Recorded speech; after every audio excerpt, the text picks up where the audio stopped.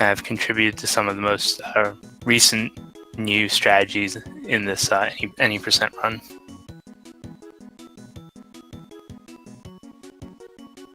And I believe for both of them, this is their second match. Both of them are still on the winner side. So right at the beginning, let's see. Okay, neither of them going for a wheel mix. The first part of this run is going to be mostly, like the first few levels, mostly without abilities. Another strategy that a lot of runners sort of more recently started doing is that they started mixing for wheel, and we'll get into mixes a little bit later in the run. But the short summary of that is that if you get it and do everything perfectly, you save a couple seconds. If you miss it, you lose a lot of time. So I think in a race setting, I'm not sure if either of them go for it in their own runs, but it is something that is not advised, I guess, for a race setting.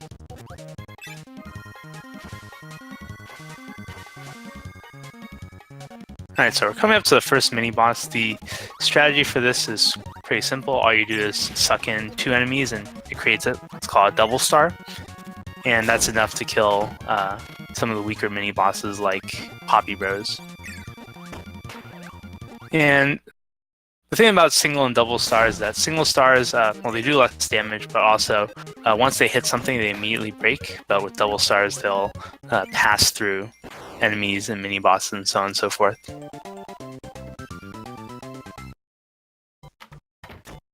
Yeah. So a little bit about the goal games that you see at the end of the levels. Depending on what frame you do, you get a very, very different animation. And ideally, you want to hit it like basically the first available moment that you can jump on a trampoline. That will give you the lowest jump height and triggering the fade out as quickly as possible.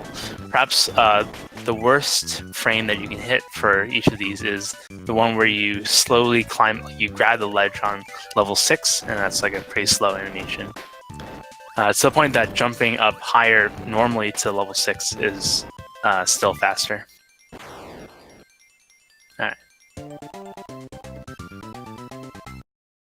So this burning ability is the first speed ability you'll see. One nice aspect about Nightmare and Dreamland runs is that there's a nice balance between different abilities. For that Frosty fight there, you do 5 sort of burnings into the side, you clip him a little bit so that you don't get hit. And both runners did that correctly.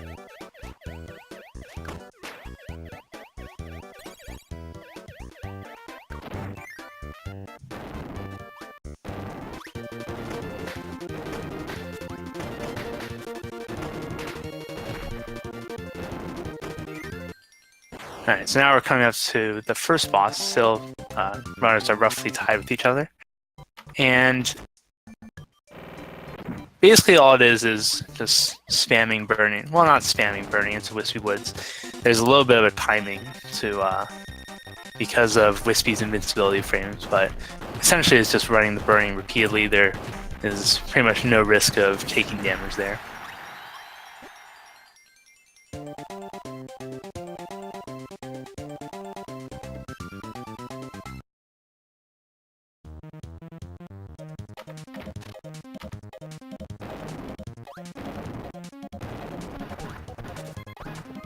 So of course with the burning ability, as you can see, there's like the actual burning animation itself. Kirby just bowls through anything it touches. But of course afterwards you're a little bit vulnerable, so there's a little bit of tiny routing choices to make there in order to like not take damage. Nightmare and Dreamland, I would say for most games, like compared to most games in the Kirby series, the enemies are fairly dense. Densely packed, so routing stuff like burning is really, really important.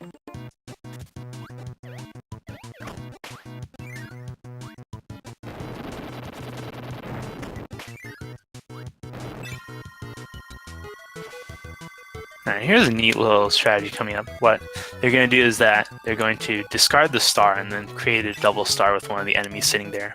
And that allows them to one-shot the wheelie mini-boss.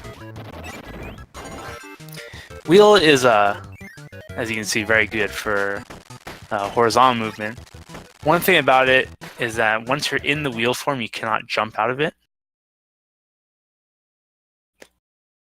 And so sometimes you need to stop. Like in other games, you're able to jump while in wheel form, but in this game you're not. And also, you take a big, there's like a big deceleration whenever you're in the air. So, all right. I guess MK's stream is froze for a while.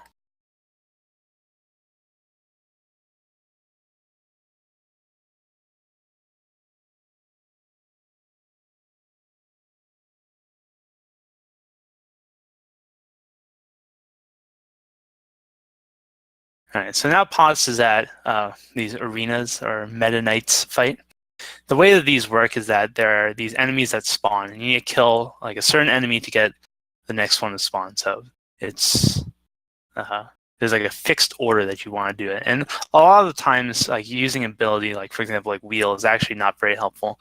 It's nice to just go completely powerless and inhale and spit enemies.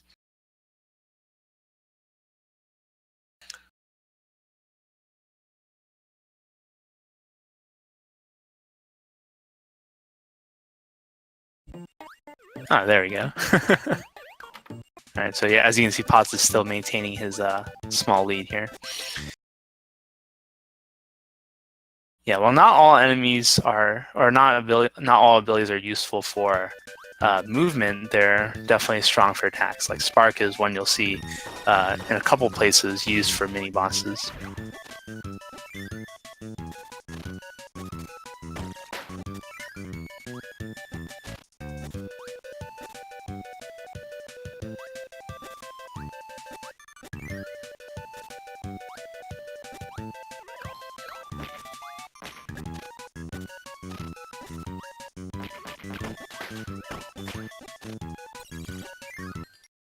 One thing that's kind of present in a lot of what I like to think of as like the middle of the Kirby series, like the Game Boy Advance Kirby games and the DS Kirby games, that you can floating is actually not super slow. Like that's like floating and puffing to fly over enemies. Not actually that slow compared to just simple running speed.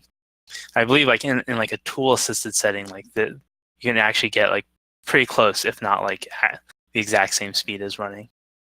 All right, so now we're going to see a little bit of that deceleration of the wheel in midair. So you have to, in this room right here especially, you have to constantly stop and go and do these wheel jumps. You're not able to jump on wheel form, and so you pretty much have to move like that. And here's an interesting ability called high jump. The way that works is, well, you just, like, you can do it from the air or from the ground, which is a big difference from Kirby's Adventure, which is the game that this is a remake of. You can use the high jump in the air, and you can also cancel it in the air to do damage. So this is Paint Roller. There's a little bit of randomness as to like which direction he goes into, like which easel he starts painting at, but Potts had a really clean fight there. One thing I want to say about the star rod piece that you grab at the end of each fight, once you hit it, you lose control of Kirby. And if Kirby's not in the center of the room, then you have to wait for Kirby to walk really, really slowly across the screen.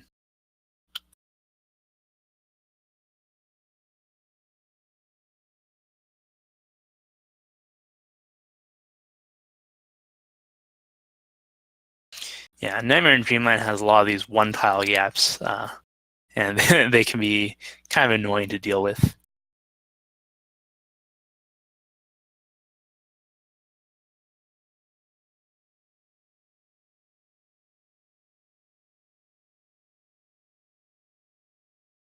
Yeah, once again, another one of these items.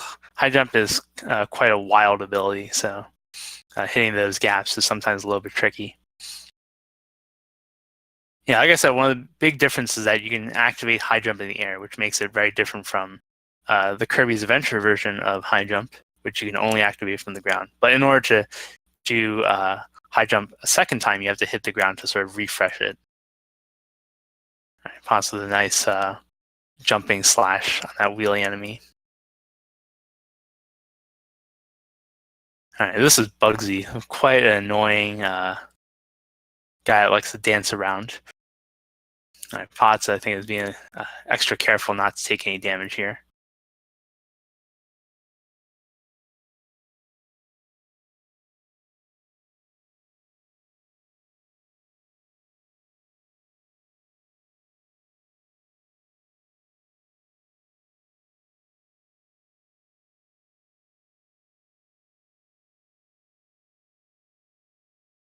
Yeah, so in Nightmare and Dream, you'll see like maybe it looks like they're like the runners are stopping a little bit, and like almost looks like they're reacting to the room before they start doing any movement. That's just like a feature of this game. Like for some rooms, like the moment you spawn into it, you can't move at all, and it looks a little bit weird, but that's just the nature of the game.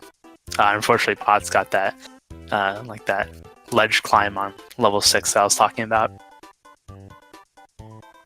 and I believe it's like the third possible frame that you can press the jump button on. Like the two around it, like the first, second, fourth, and fifth frames, are all like significantly faster than that ledge grab. All right, so here's a neat arena fight. This time you'll see a little bit of high jump usage here. Unfortunately, took damage there, but the idea is that we actually want to keep high jump for after this fight, and it requires a little bit of maneuvering. I think this is pretty improvised, but luckily he was able to get out of that fight while still keeping his high jump.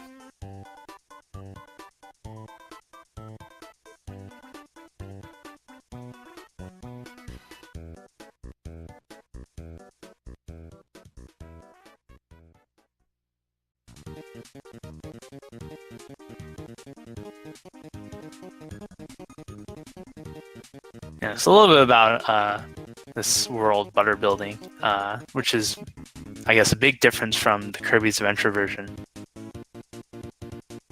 Is that, well, the rooms are quite different. Kirby's Adventure, you're sort of moving horizontally, but there are a lot of very vertical rooms in the Nightmare and Dreamland version. Yeah, some of the rooms look completely different from their Kirby's Adventure counterpart, and I guess that was just a stylistic choice.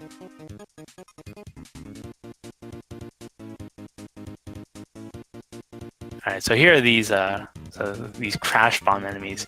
If they manage to fall down, not only is Kirby vulnerable like in its blast radius, but it's also going to cause the screen to stop for a second. So it's really important to high jump into them.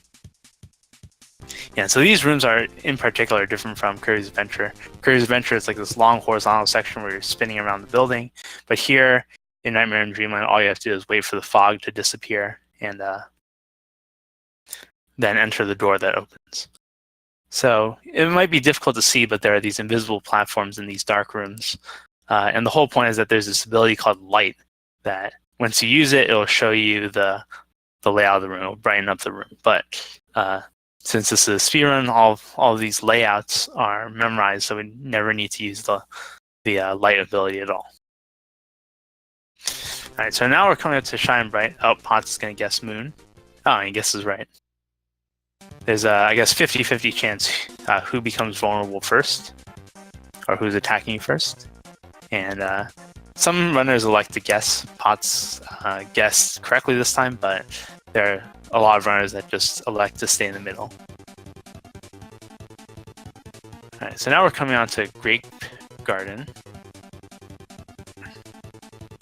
Ooh.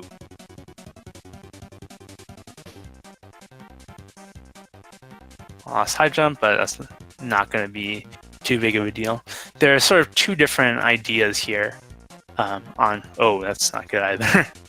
Two different ideas on what to do for this room right here. Either you can keep high jump, which is much harder, or you can just use UFO. So UFO in... I'm not sure if it's like as overpowered in this game, but in the original Kirby's Adventure, it was so broken, or I guess intentionally broken, that they don't allow you to keep it between levels. In Nightmare Dreamland, we're going to switch to Tornado anyways. Oh, as you can see on MK's screen, he's electing to go for the high jump route.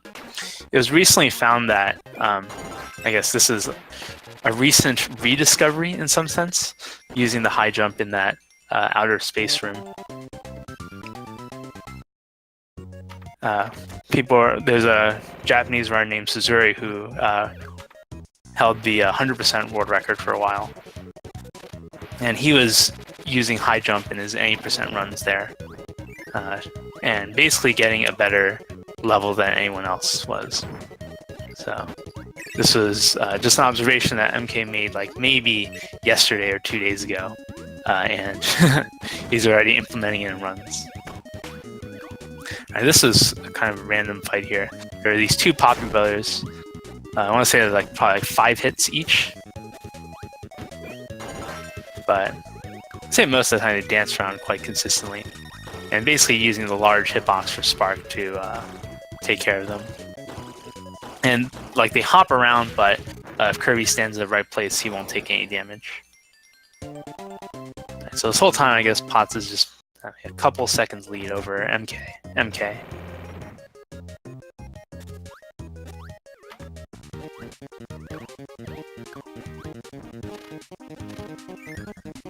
Not much to say here.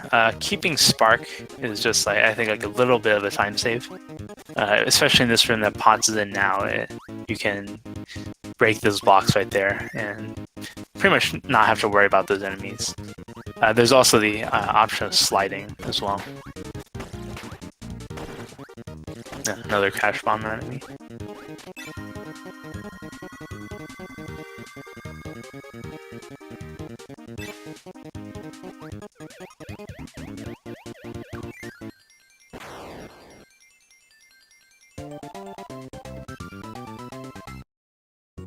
Yeah, one I guess common optimization that's present in a lot of Kirby games is just simply sliding off ledges.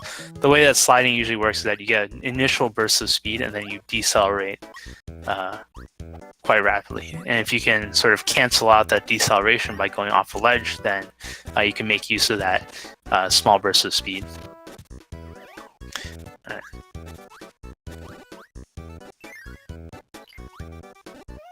Yeah, there's a very particular way of using wheel in this room that allows you to just cut the corners a little bit better.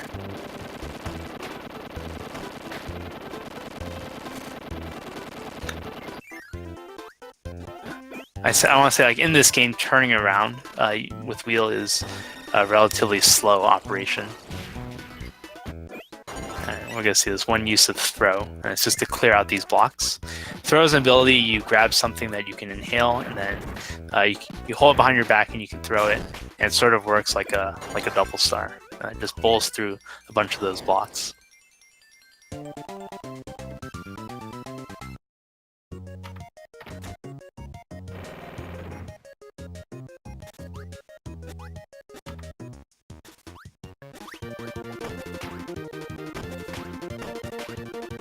Yeah, I want to say that a lot of these mini bosses you see early on are sort of like the friendlier versions, and they'll get meaner later on in the run. So remember that, fan. Alright, so throw is fairly useful here. Once again, it's basically the same as inhaling, except you're able to just get one of those throws to be like a double star, to hit 2 enemies instead of just 1. Yeah, so once again, we're using burning here, and yeah, like while you're in the burning animation, you're vulnerable, so that allows you to go through those Gordos without taking any damage. And one thing I noticed that like the bonk into the wall is used a little bit. It gives you like just a tiny bit of height to just pretty much immediately start your next burning attack.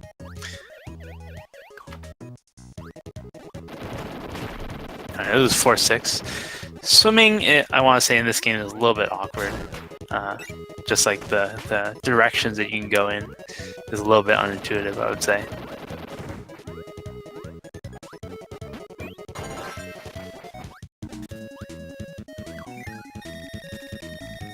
Alright, good clock fight. I don't actually know what the mini boss is called. but it gives you the microphone ability, the mic ability, but we don't see that at all. So once again, another dark room, no need to get the light ability.